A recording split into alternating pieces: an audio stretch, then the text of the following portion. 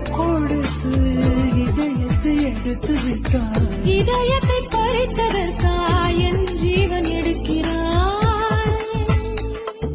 முதற் கனவே முதற் கனவே மறுபடியும் முதற் கனவே முதற் கனவே மறுபடியும் வந்தாய்.